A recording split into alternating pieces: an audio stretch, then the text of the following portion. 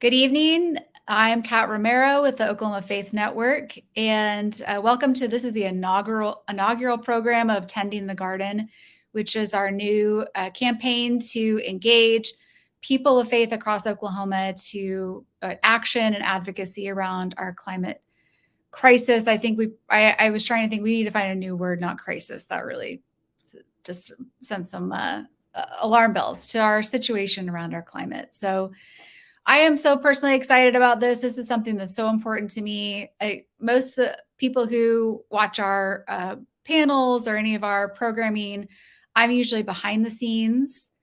People don't usually get to see me, but I'm peeking out a little bit more lately. And in particular, I will be kind of the behind this campaign for sure, because this is, as we're going to talk about tonight, something that's very personally important to me.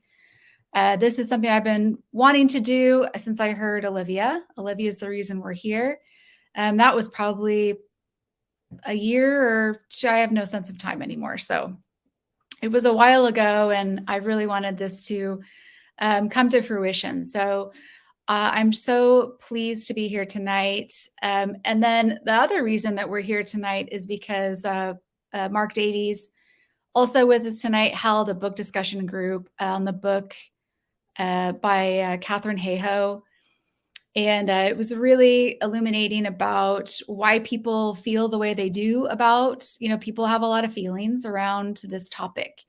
And it kind of is somewhat related to sort of political spectrum, but not necessarily. There's a lot of emotion around this issue. And so she kind of talks about, why that is, where people fall in terms of their feelings or thoughts or beliefs around this topic, and that it's really important, as I think with anything, change is really hard.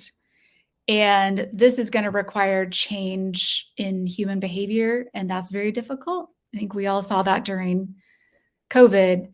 People really struggled with loss around a way of life, or just the way that they do things, just their routine, their daily lifestyle. And it's very hard to make changes to your way that you live your life.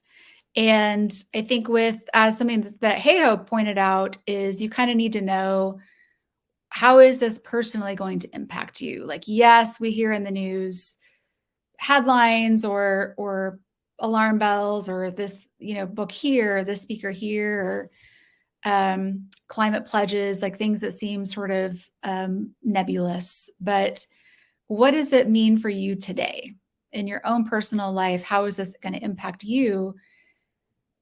You need to know what that reason is to actually make some changes in your life. So it kind of reminds me of when I do like workout videos on YouTube. I watch this couple, they're very motivational. When you're like halfway through the workout, they're pausing when you're doing your whatever. And they say, all right, now you got to just think about why are you here? Why are you here doing this video today? And it is really helpful, because I hate exercising.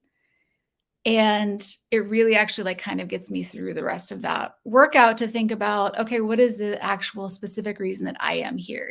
Is it, for some people, is they want to pick up their grandkids, or maybe they want to lose weight. My personal reason is that my whole body atrophied during lockdown, and my body is falling apart. So I want to actually be able to maintain and just actually be able to live my life for the next couple of decades. So I think it's important for anything where we're trying to push through and maybe make some changes or establish some new healthy habits, to know what we got to have our personal reason. What is our motivation for moving forward and to keeping it going?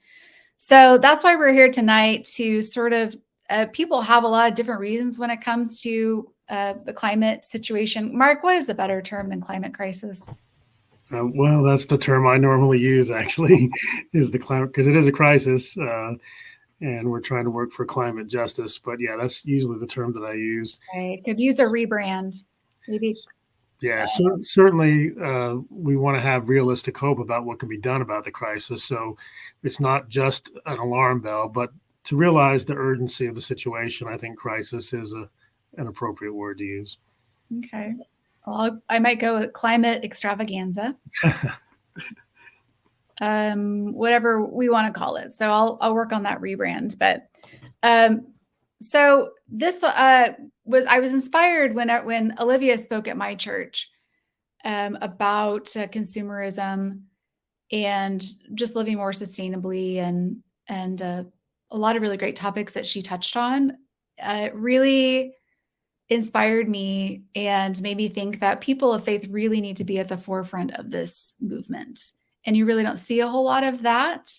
At the Oklahoma Faith Network, formerly Oklahoma Conference of Churches, we have 7 areas of focus, and we have a theological statement that corresponds with each of those each of those focus areas. And environment has been one of our focus areas for a long time. And it's something that OCC was engaged in for many, many years. And this is really something that I feel is the most pressing issue of our time. And a lot of the other work that we do really hinges on and overlaps with this issue. So it just felt like something like a natural fit for the Oklahoma Faith Network to sort of lead some of this work and try to engage people of faith in this issue. So a little bit, I'll pick up at the end and sort of interject some of my personal reasons of why this is important to me. Always has been since I was young. I tried to start a environmental club, I started recycling. I tried to start recycling at Norman High School, and it was a huge failure. They just threw it all away. I had it like in a container or whatever, and they just threw it away at the end of the day. But I was very engaged to this at a very young age. So there are lots of reasons behind that. But Mark, do you want to start us out to kind of talk about, you are, I would say, the leader of this work in the state of Oklahoma? I don't know if you would call yourself that, but whenever I've researched this, it seems like all of the Google searches lead to you. Well, I have been working on this for quite a while with a number of other people in the state of Oklahoma. A few things about myself. I'm a professor.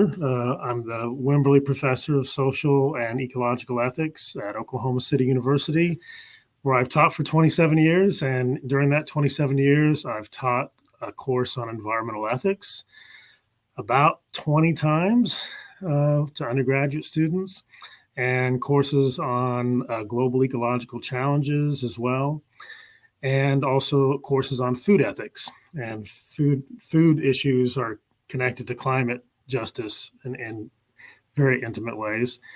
I'm also an elder in the United Methodist Church, and a lot of the work that I've done in relation to climate justice has been in the United Methodist Church. I work for the General Board of Higher Education and Ministry to help lead an effort on social and ecological responsibility, not only here in Oklahoma, but throughout the United States, and also in coordination with 10 other leadership hubs around the world that are also connected to the General Board of Higher Education and Ministry. So we're doing a lot of global work, worldwide work on climate justice. And I'm a member of the United Methodist Creation Justice Movement as well. And I was the writing team leader for the section in the social principles of the United Methodist Church on the natural world. And we changed the name of that section to be the community of all creation. And the reason we did that is because oftentimes when we talk about the natural world, especially in Western thought, we think of the natural world as somehow being separate from human beings. So there's the human community, and then there's the natural world out there. And we wanted to change it to the community of all creation to really emphasize that it's a community of which we are a part. So we are a part of the human community, but we're also a part of the ecological community. So we're persons in ecological community. So I really enjoyed being a part of that effort to rewrite the social principles and bring them up to date, And in that process, we emphasized climate justice much more than had been emphasized in the past. Some of the personal reasons, would you like for us to go into our personal reasons now? Yeah. So some of the personal reasons for me go all the way back to when I was a kid. I loved hiking with my parents, especially my dad, in the Wichita Wildlife Refuge. And I learned early on what we as human beings can do to the planet and what we can do that's negative to the planet. When I was about 6 years old, my dad told me the story of the bison and told me how, we basically almost exterminated the bison from the face of the earth. And in the Wichita Mountains, they actually were able to bring a small number of bison from the Bronx Zoological Association and put them back in the Wichitas. And the nearly 1,000 bison that are there now, come from that small group that was there early on in the 20th century. So even though we can do very negative things to the environment, when we think about it, when we work together, we can actually do some positive things as well.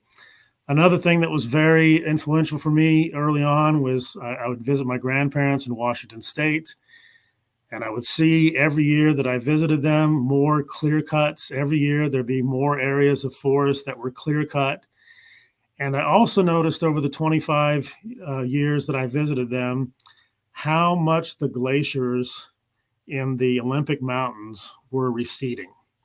Every year I would go to the same spot in August and look at the Olympic Mountains, and over a 23 to 25 year period, a significant reduction in those glaciers. And you can actually see them in pictures that I took over that period of time. So I began to see pretty early on that we had a real problem when it came to climate change, and that it was not a problem that was going to be far off in the future. The scientists have been telling us that this is going to happen sooner than a lot of people think, and it's actually happening more quickly now than most of the scientists forecasted that it would. Obviously, some other personal reasons for me is I have two daughters. They're 21 and 19.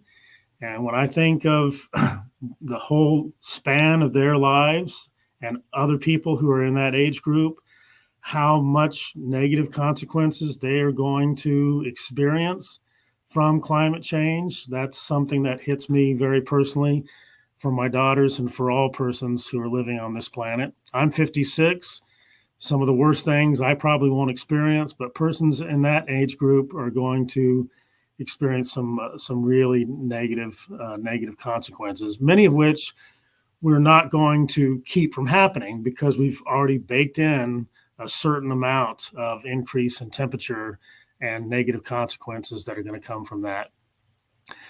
From a faith perspective, I'll just mention very quickly, as a United Methodist in the Wesleyan tradition, our founder, John Wesley, had what he called 3 simple rules that I think have been very helpful for me when thinking about a lot of things, but also the climate and environment as a whole. The first rule is do no harm. The second rule is do good.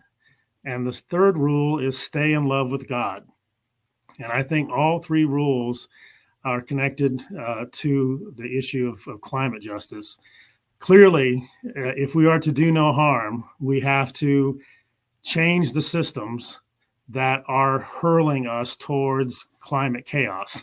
So if you don't want to use climate crisis, we're moving towards climate chaos. That's even worse. But we have to change the systems, the economic systems, the agricultural systems, the energy systems, the transportation systems, the political systems, unfortunately, that are hurling us towards climate chaos. To do actual good, we're going to have to muster not only the political will, but I also think the spiritual will to realize that we can't simply continue living the way we are, not just as individuals, but collectively and the systems that we are all a part of. And then finally, to stay in love with God, we have to love our neighbors as ourselves. And that means making sure we have a livable climate. And if we believe that the cosmos is the creation of God, the activity of God, to respect and love God, we should also be loving and respecting the natural world of which we are all a part. So those are just a few of my personal reasons and a few of my initial theological reflections, and looking very much forward to hearing from the other folks here and entering into conversation. Thank you, Mark. Okay, let's shoot over to Olivia. Olivia Daly, will you introduce yourself a little bit, Olivia? I know you do a lot of things. Yes. Thank you for having me and for starting this. I've lived in Norman my whole life. I'm a fourth generation Okie and, famously an oil and gas state. And I have a lot of family members who work in that industry. And I know a lot of Oklahomans know a lot of people who work in the oil and gas industry. So I wanted to start off by saying, that's kind of complicated or colored my background, but I don't have ill will or, I'm not blaming any employees of that industry who are trying to provide for their families. And up until recently, it was our only option for the life we have currently, the level of, luxury, modern day luxuries we have that oil and gas has afforded us. But I definitely am side-eyeing the oil execs because they have done a lot of damage over the years. But aside from that, just, growing up, I have had a love for nature as well, was very outdoorsy as a kid. I feel like my parents instilled that in me as well, to pick up your trash and just not be too materialistic and things like that, focus on what's most important. And kind of like with Kat, I was into, the environment at a young age, probably starting in middle school and high school. My first email address was Recycler014. And, and I remember learning about climate change when I was in middle school and being pretty freaked out. And, that was right before An Inconvenient Truth came out, which I felt like was a real touchstone in the culture. And it really kind of brought the issue to the masses in a way that it hadn't been before. But just growing up, I always knew that this was a thing, but never really heard it come up in conversation. Certainly never from adults, not from our politicians. And it just pretty much freaked me out. Just felt like, why is no one talking about this horrible issue that's only going to get worse and requires a lot of effort and a lot of uniting.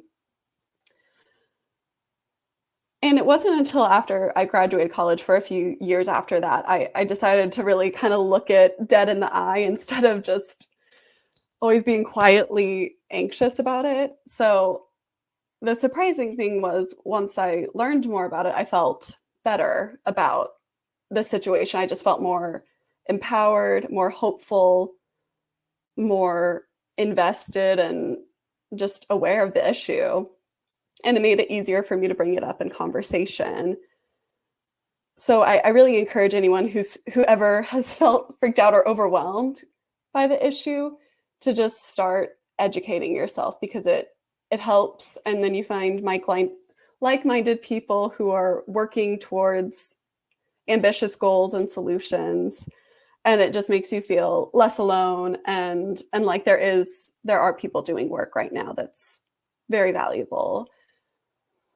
So educating yourself and also just not giving into despair or fear or guilt, because I think there is a rebranding issue, just a whole marketing issue with climate change, because it usually just freaks people out or overwhelms them or makes them feel like they're doing something wrong. And people don't like to be told that they're doing something wrong, so they just kind of shut down and ignore it. So just focusing on what you can do, educating yourself, finding your community, but also being gentle on yourself, because personal choices are important. But, the big changes are going to come from our government leaders, big corporations, things like that. So we are going to cause momentum and it will snowball. And it is important to do what you can, but also don't beat yourself up about the fact that you don't have an electric vehicle or that you eat meat and things like that. I mean, consumer habits are important for sure, but I say education is the most important thing. So I got more involved politically and found, my people. I realized as I was educating myself, kind of like with Kat, I've been a little shy about, public presence and even talking about my faith usually, but this is such a big issue that I feel like it's justified and it's worth, calling attention to it. So I'm Catholic, and I didn't realize until a few years ago that there's a lot of theology about care of creation in the Catholic Church. So the fact that I'm someone who has always had an interest in it and has always been raised Catholic, like the fact that I didn't make that connection means that other people probably haven't made that connection.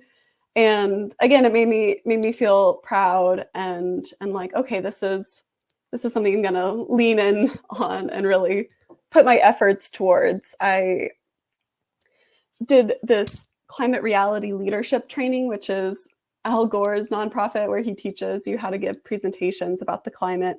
And I saw a quote from Pope Francis, and that's what first pointed me to this connection that I never knew existed. So I'm really grateful I made that connection eventually. But yeah, Pope Francis wrote an encyclical in 2015 called Laudato Si, which means praise be.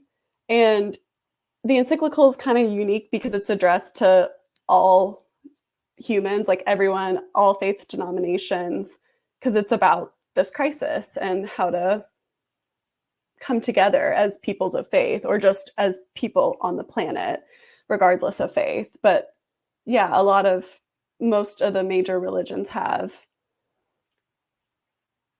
lessons about, caring for the earth and being respectful and kind towards it.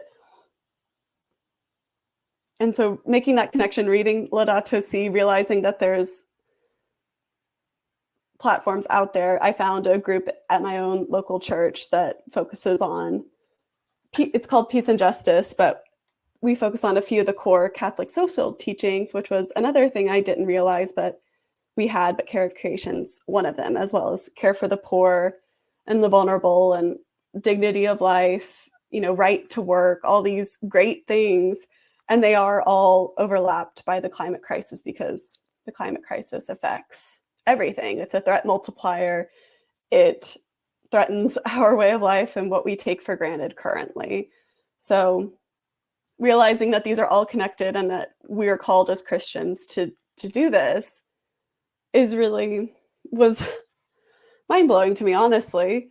And I know sometimes people can use the Christian argument as an argument against climate action, but I think it's pretty clear in Genesis, we're told to till and keep the earth, and we're pretty good about tilling it, like manipulating it, making it bend to our will, shaping it how we need it to, but we're not that great at preserving what's already great and what needs to stay just as it is, and just realizing that maybe there's a hierarchy in life, but all life, all creation is valuable, and we shouldn't just view nature or any life as, what can I get from this? What kind of value can I extract from you? We are just inherently valuable. And that was something. In October last year, Pope Francis released a documentary called The Letter, and it's free on YouTube. It's pretty good. I think you might enjoy it. But he told a pretty chilling, or he talks about the Tower of Babylon, and it gives me chills because it's just such a good allegory for human hubris and how we value bricks and growth of this tower over the people building the tower. And if a brick falls, the person who dropped it gets severely punished. But if a person falls from the tower, nothing happens. We just keep going about our business. And yeah, so we aren't really valuing humans in this current economic system, and we're not valuing nature either. So that's how my faith informs me. And then just personally, as somebody who grew up thinking this is crazy, why is no one talking about this, and feeling, alone and powerless and scared, I do think about future generations and what that impact has, how that's only multiplied since my time as a child. And I do want to have children, and I think that is something my generation has had to grapple with. And of course, there are a lot of issues with bringing human life into this world. I mean, the world's imperfect, and there is a lot of violence in it, not just outside of the climate crisis, but I think that's an issue very specific to the time we're in right now. So it's something that I've had to think about, but I think it's critical to keep hope. And if you don't have hope, then game over. So it's good that we're coming together and talking about what's important to us and not taking it for granted, and realizing, this is valuable. We need to preserve it and keep it. So thank you. Thank you, Olivia. And thank you so much for deciding to use your voice and speak up, because, with you doing, I mean, just this, we're here and this whole thing has started because you decided to speak at my church, which is a very small, extremely small community. And I had a conversation with a woman who works in sustainability recently. She was feeling really discouraged, and she just felt like, I think she said that they're moving from, I forgot how she phrased it, but basically that they had done a lot of education work and they felt like it just wasn't working, that they were giving people all this knowledge and it just wasn't getting through to people, or they weren't using it or something. And she said it just that people weren't listening, or people don't want to hear it, and I responded and said, well, the people who want to hear it, it's important for the people who want to hear it. And there are people who want to hear it. I mean, I don't think that we're, in Heyo's book, she talks about, I think, 7 different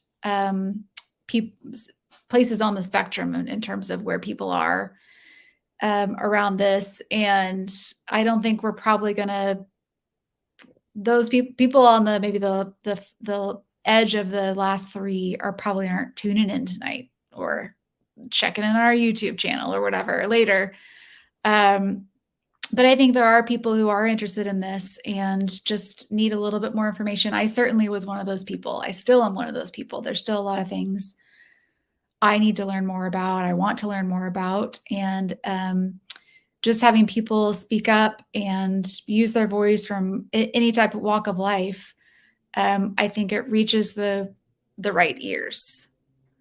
Is really powerful, especially when there's lots of ears who want to come together. So thank you for stepping up. Okay, Miss Bria, I want to hear from you because we're both social workers. And I know that you have a lot of reasons for getting engaged in this. I want to hear it. Let's hear it. Yeah, it's really fun being here with you guys and participating in this. And yeah, I'm excited for everything that's going to come from this group. So yeah, so I mean, I have multiple reasons, and I think there's professional ones that kind of also bleed into personal reasons of being passionate about climate change and chaos and all of that. And for me, social work and social justice are very much linked. And being a social worker, I really care about environmental justice. There's lots of examples of environmental injustice. So for example, not having enough healthy food, inadequate transportation, air and water pollution, unsafe homes. And in one of my classes, it was actually in my policy class, I just finished my 2nd year of my Master's of Social Work program. Yeah, super excited to be almost done with that. And we watched a documentary called Place Matters, and it was about two different communities in California and how one community was able to receive new like apartment buildings, and then the other town wasn't. And so they, I don't remember all the details, but basically took different people's like asthma and health like symptoms, and people who lived in the town that had more like dilapidated buildings had a lot more asthma than the ones that were able to live in buildings where they were newer. So to me, I was like, red flag, like this is crazy. And this is how as a social worker, like engaging, in fairness and policies for like all communities, and just learning that communities that are typically lower income have more pollution, whenever it comes to, let's see, I have some notes like waste disposal areas and power plants, and that those can typically be like more central where low income neighborhoods are. So like professionally as a social worker, like I want to be an advocate with education and research. And I think there's a lot more social workers who are interested in environmental justice. And I've talked about it with some of my cohort who are also passionate about this issue. So I love seeing social work and social justice linking up. My undergrad was actually in social justice. So it's a fun thing to link those two together. And then also the documentary really hit home for me personally because I grew up in a home, and I was born into a home that had mold, and that caused a lot of health issues. And, years and years of trying to see doctors and finding out that for some reason my body had a huge toxin load, and just like, well, why? I have all these siblings, like, why am I the one? And come to find out, like, I was the one born into a house with mold. So, I mean, there's lots of debate. Is that a real thing? Is it not? But personally, like, I don't want people living in dilapidated apartment buildings and homes and communities that have no way to get help, because it really, causes issues, and buildings that are not safe cause issues. So that's kind of one of my personal whys, which has then led me to just really wanting to reduce toxin load from like personal products and just in the environment. Like whenever I think about how many people I know that are struggling and have chronic illnesses and are sick, it's like, well, why? Like, what is in the air? Like, what's happening? Tick-borne illnesses. Why do so many people have Lyme disease and Rocky Mountain spotted fever that I know? And so I'm definitely just beginning on this journey, and just learning a lot. I'm thankful to be in school to understand what environmental justice is, and to be an advocate for disadvantaged people, and wanting to make the earth as healthy as possible for everyone. So so that's kind of my professional reasons and personal reasons. And social work is a cool career because the passion is linked in both, which is really cool. So yeah, I would say that those are my whys. To me. Thanks, Bria. I love that. It seems like I also love history, and whenever you study, historically, whenever there's some type of environmental catastrophe of any cause or whatever, it does seem to be low income people that inevitably end up experiencing loss more over and over and over again. It's like such a huge component to injustice that people don't realize the consequences. And rounding out tonight, we had to bring in a scientist to make this legit, right? So this is John Mulhouse. He does environmental reviews for the OU Biological Survey. But he also has a very personally invested in this issue as well. I'm sure when he heard tick-borne illnesses, it just really lit up all kinds of things. John, do you want to share a little bit? Sure. Hi there, everybody. Thanks for having me. I am a botanist by training. I have a master's in botany from the University of Georgia, and I'm originally from Minnesota. And I've worked in environmental field for basically my entire career. I went to school for natural resources. I graduated in 1991, so I've been doing this a long time. And I went to school for natural resources because even back then I thought, well, okay, the biggest crisis, there's that word again, the biggest crisis we're facing is in the environment.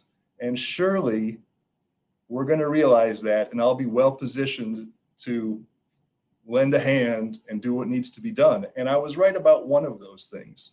And it's a little bit shocking to me that we're 30 years down the road and just kind of beginning to take this stuff really, really seriously. And for me, there's a couple of things that I'll say, and one is just working outside all the time. Just having spent my whole career largely outside, I can feel it. So I worked in New Mexico, where it's also very hot, and it's obviously very hot here in Oklahoma. And I'm pretty new here, but my colleagues here have been here a long time. Some are natives, and we're having discussions about how we're going to handle our field work in the summer now, because it's just too dangerous. Whether we go out with a buddy, I went out last year and we had to run back and forth to the truck because it was just so hot that we would go out and do our work, get the data we needed, then go back to the truck and sit in the air conditioning, which again, you know, you're running the engine, you feel bad that you're contributing to the problem at hand.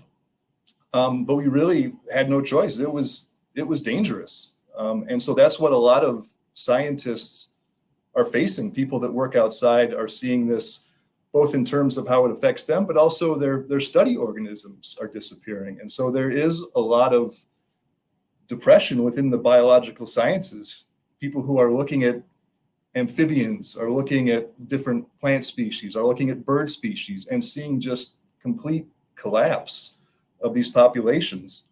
And so I think there also is a feeling that scientists maybe were too conservative actually in how they approached some of this and said, well, we think this might happen, or we're not sure what the drivers are yet. And now, as we're starting to see some of the models actually exceed what the predictions are, there's also a lot of self-recrimination that people should have done more in the scientific world. And so that's unfortunate. It is causing some actual mental health issues within the field. But that aside, what I would say to people that are really interested in knowing more about how to sort of make this issue more personal, just go out in nature. Just go and visit some lakes, rivers, canyons, just get out in nature and just look at some of what's going on out there. Look at the organisms. Look at, if you watch a bird, you'll be just astonished. Like, it is miraculous. You know, we hear all this talking about artificial intelligence and chat GPT. To me, I'm pretty done with technology. I'm tired of email. I'm tired of texting. I'm tired of all this stuff. But if I watch even just a basic squirrel, I don't understand it. I'm like, what is this? What is this thing? Like, what's animating it? What's making it do what it does? Like, we cannot recreate something as simple as a frog. We don't know how these things come into existence, and we don't know sort of how they do what they do. And so for me, I was raised Catholic as well, and I have certainly drifted very far from my upbringing. But when I'm in nature, that's where my church is now. That's where my spirituality is. That's when I feel closest to the creative spark and the creative energy. And it does, I think, it makes me sad to see us not being good stewards of what we have inherited. That really, we are not, in my view, here to dominate. This is not our dominion. We are here to be stewards, and we are here to look after the least of us, whether that's an ant or a sparrow or whatever. And I think the older I get, the more I can feel this. It's really kind of been interesting to me. When I was a kid in my neighborhood, it would rain and the salamanders, tiger salamanders, would come out just by the hundreds. You couldn't drive down the road without, unfortunately hitting a tiger salamander. All gone, all gone. Monarch butterflies, they're probably going to become endangered. They were ubiquitous when I was a kid. They were everywhere.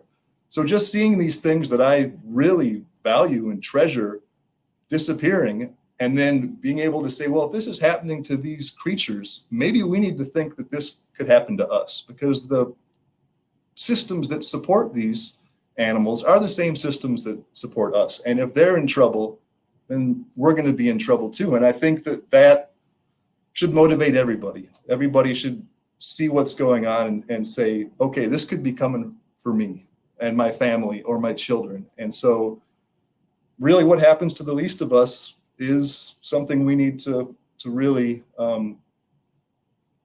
get moving on immediately. I mean, I think sometimes we call it a climate emergency. I don't know what the rebranding is, but I would say if you just want to go out in nature, that's very positive. That's very uplifting, and that'll put you on a path where you're not going to be crushed by the negativity. You're not going to say, like, I don't know what to do about this. Get out there and commune with nature and commune with the animals and start to feel like you're part of the environment and part of the natural world. And that will put you automatically on the path to using fewer resources, doing the best you can to, live sustainably, make changes in your life, because you'll personalize it. You'll say, well, if I do this thing a little better, maybe this creature is going to have a better shot at reproducing. Or if you're planting a garden with native plants, maybe the butterflies and the pollinators will have a chance to come back. Those are the small things you can do, and then watch those changes over time. So I guess, for me, that's kind of how I view these things, and how I sort of would encourage other people to view them, just to really personalize it and internalize it. You are part of the natural world, and it's an incredible thing. It's just absolutely miraculous how these things operate, and we don't understand it. And we probably never will fully understand it, but that's part of the magic and the spirituality of wild places and wild things.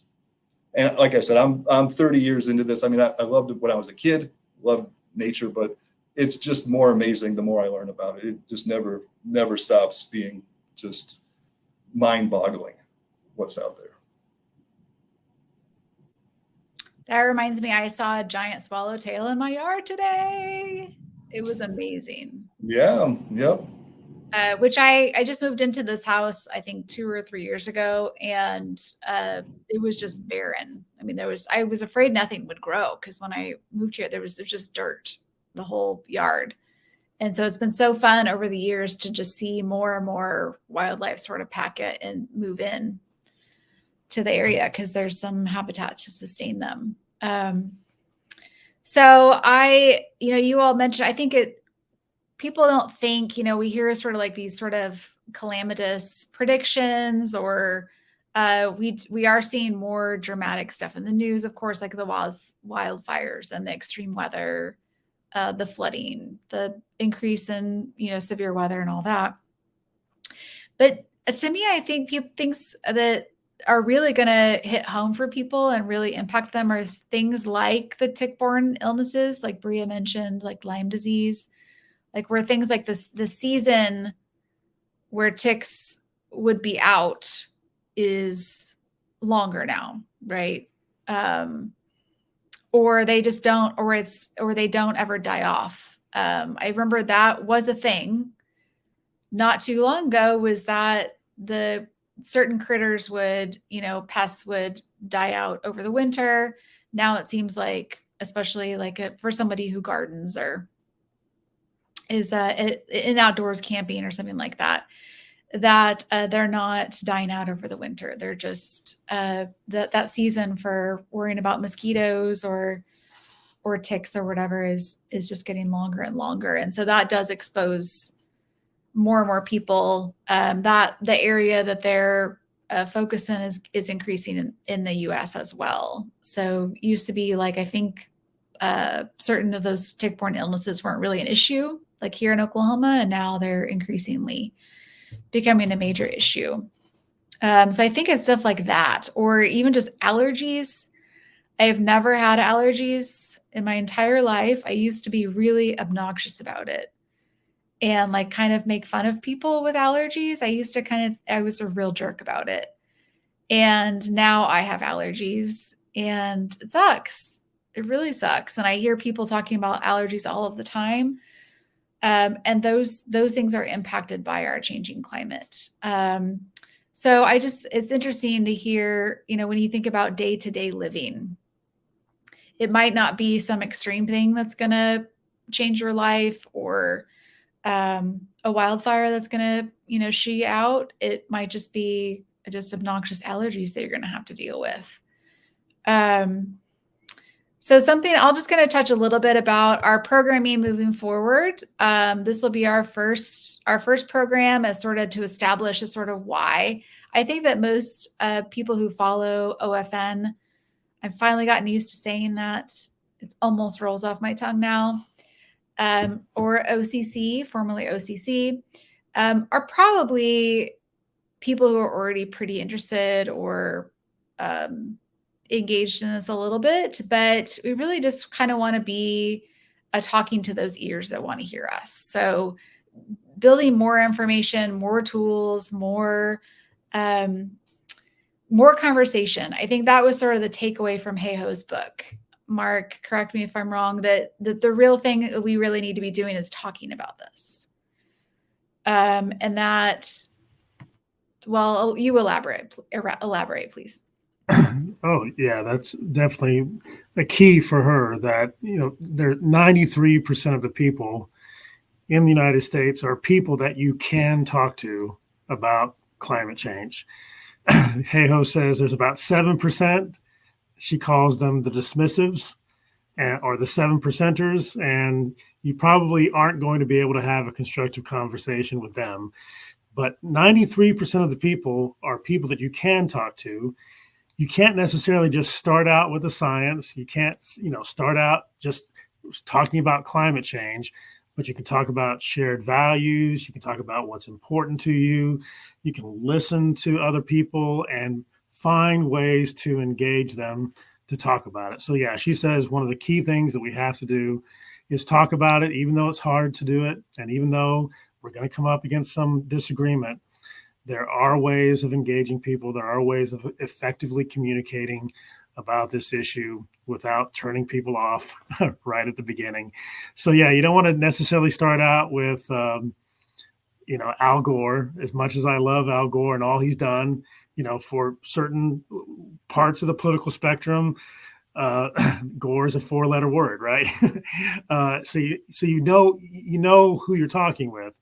But you find out what those shared values are. You find out what's important. And what she says is that, and I think this was mentioned before, all of us have a reason for caring about this. And we already have reasons for caring about this. Perhaps we just haven't fully engaged that or known that.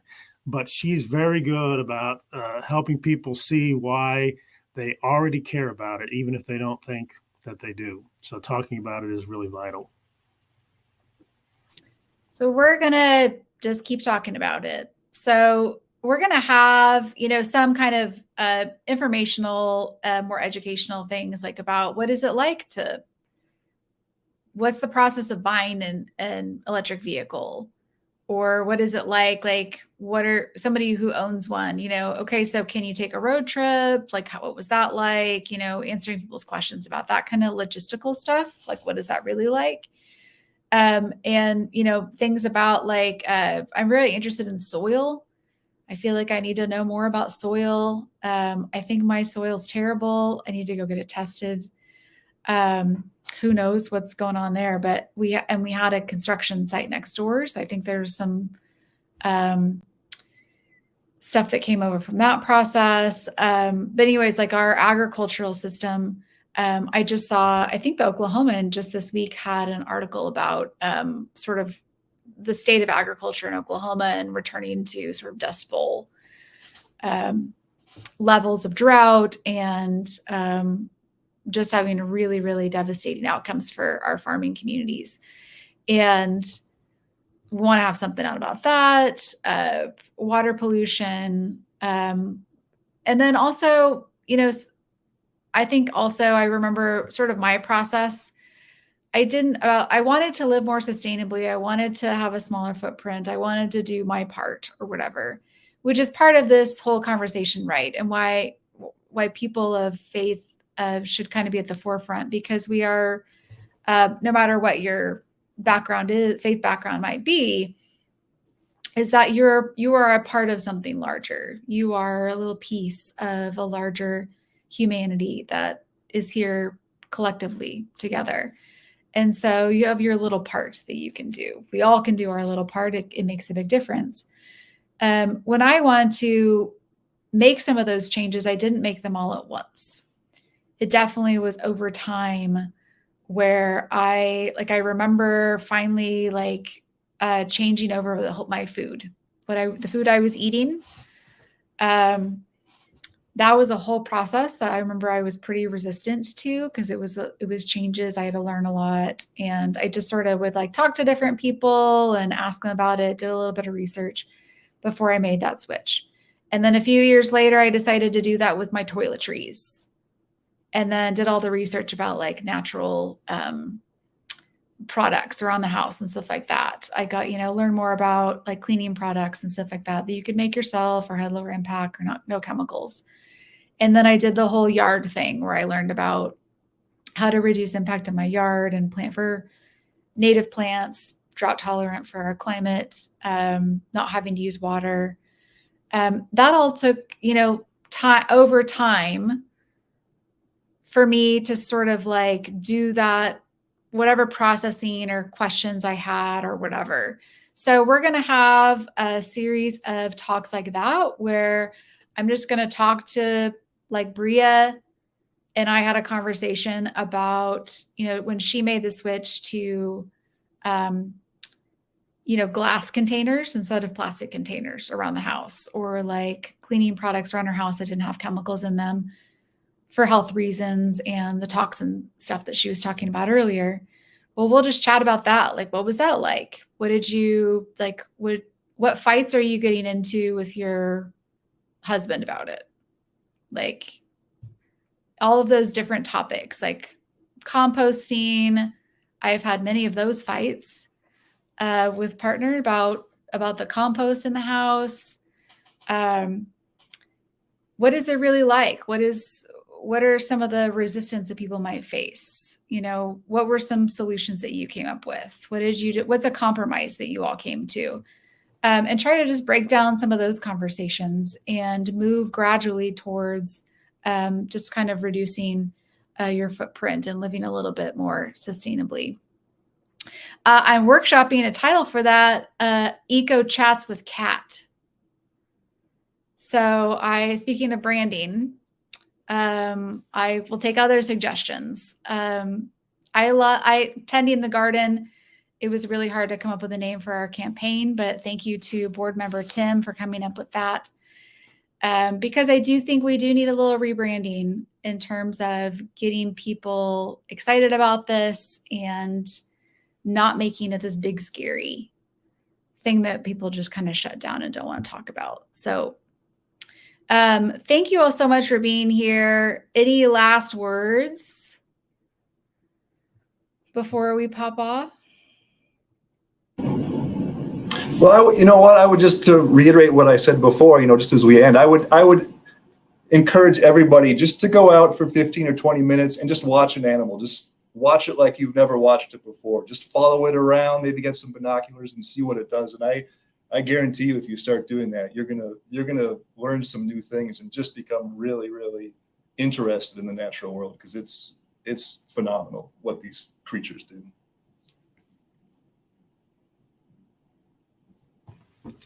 And I would add to that, take some time to get your hands in the soil. I've been teaching environmental ethics and food ethics for a very long time. And one of the service learning projects we have is to get the students at a community garden, an urban farm, and get their hands in the soil and work with composting and create food forests and things like that. And many of us had never had that experience of having their hands in the soil, and just being outside and connecting with the earth in that intimate way can really be meaningful and transformational. Awesome. Yes. So I think we want to break down too that living sustainably isn't like a self-righteous, holier than thou way to live. I think that's an important step too, to kind of reduce some of that. I don't want to say stigma, but that it doesn't have to look pretty. I mean, that you'll get into fights with your partner about how you should do your dishes. It seems more water conservation to do hand washing, but apparently it's better to do the dishwasher. And I never used a dishwasher. I thought it was gross. I still think it's gross. It smells weird. But I know I have the education that it's actually saves more water to just run the dishwasher instead of doing the hand washing. So I think those kinds of conversations will be good to sort of break that down. And it's not, even my little idealistic high school recycle starter. Oh my gosh, Olivia, I love your email address. So something I would have done. Still now decades later that I'm still fighting, using this stinky dishwasher. But I have the heart for it and the desire for it, and a willingness to make some changes. So hopefully other people will join in on us. And I really appreciate all of you being here. I will get better at moderating panels at some point. You did great. Yeah, it's great. Thank you, This is Kat. great. Yeah, It's good to be with all of you. great talk. Yeah. All right. Well, thank you all so much. Really appreciate it. And we'll be seeing you soon. Thanks, Pat.